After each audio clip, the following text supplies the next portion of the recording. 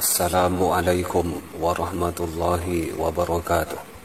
Alhamdulillah, kita ungkapkan sebagai rasa syukur kita kepada Allah Subhanahu wa taala karena berkat rahmat, taufik dan hidayahnya kita diberikan kesehatan serta kemampuan untuk berbuat baik sehingga kita ringan ikhlas melaksanakan kewajiban-kewajiban kita sebagai muslim, juga bisa menjalankan amal-amal kebaikan lainnya sebagai orang Islam yang taat, seperti halnya membaca Al-Quran. Selanjutnya salawat beserta salam dengan ucapan Allahumma salli ala Muhammad kita haturkan kepada beliau beserta keluarga, sahabat dan pengikut-pengikut beliau hingga hari kiamat. Karena berkat perjuangan beliau kita termudahkan untuk mengenal Islam, sebuah agama yang berpedoman pada Al-Quran. Hadirin yang saya hormati, sebagaimana kita ketahui bahwa Al-Quran adalah termasuk mukjizat Nabi kita tercinta, di mana keasliannya akan selalu dijaga oleh Allah Subhanahu wa taala.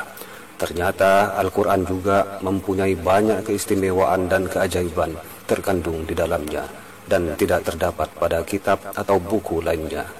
Membaca Al-Quran adalah merupakan ibadah yang memiliki nilai pahala per hurufnya dan mengandung banyak keutamaan. Di antara keutamaan membaca Al-Quran adalah sebagaimana berikut.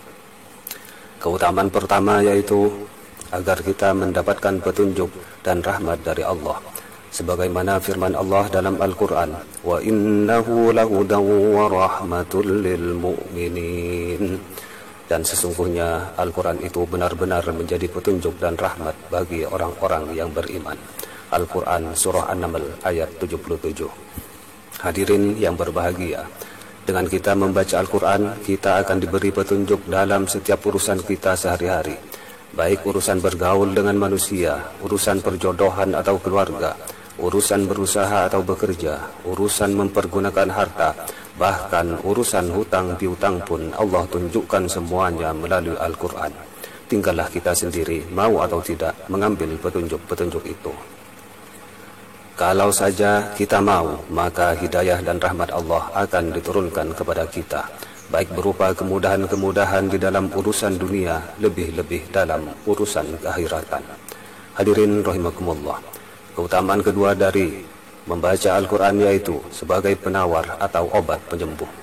Sebagaimana firman Allah dalam Al-Quran, walau ja'alnahu Qur'anan a'jamiyyan laqalu laula fussilat ayatuhu a'jamiyyun wa arabi qul huwa lilladzina amanu hudan wa shifaa walladzina la yu'minuna fi adhanihim waqrun wa huwa 'alaihim 'ama ulaika yunadawna min makanin ba'id.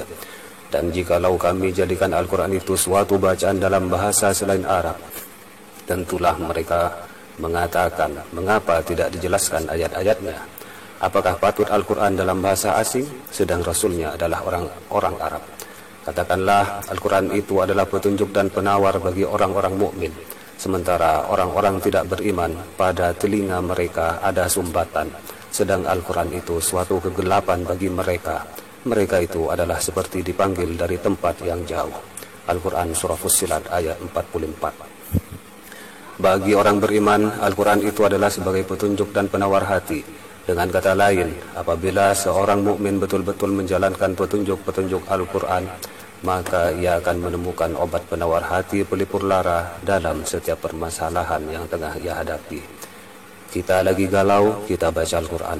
Kita lagi kena musibah, segera baca Al-Quran. Kita lagi sakit, solusinya tetap baca atau dibacakan Al-Quran. Bagi orang beriman, ayat-ayat Al-Quran dapat bereaksi sebagai penawar atau obat atau solusi, baik secara langsung atau tidak langsung, ataupun berangsur. Misalnya, berkah membaca Al-Quran, pikiran kita jadi tenang, masalah atau penyakit kita mereda lalu menghilang atau sembuh. Bisa jadi, kita temukan obat unik yang tak pernah dibayangkan sedikit pun sebelumnya. Jika Allah menghendaki, maka tidak akan ada satu hal yang tidak mungkin. Hadirin rahimakumullah. Oleh karena itu, marilah kita jadikan Al-Quran sebagai petunjuk dalam setiap langkah kita, sebagai penawar hati sekaligus solusi dalam setiap masalah, juga sebagai obat penyembuh dari setiap penyakit yang menimpa diri kita atau orang-orang di sekitar kita.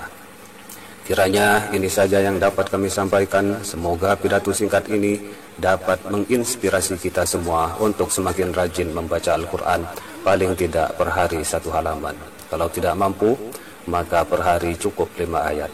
Kemudian membaca surah-surah tertentu, terutama pada saat-saat menghadapi masalah atau tertimpa musibah atau terkena penyakit. Serta janganlah lupa baca terjemahannya, lalu hayatilah maknanya, agar keutamaan-keutamaannya betul-betul berbuah nyata dalam kehidupan kita. Amin. Hadirin rahimakumullah, jika ada sumur di ladang, boleh kita menumpang mandi. Jika ada umur panjang, semoga kita berjumpa lagi. Terima kasih atas segala perhatian.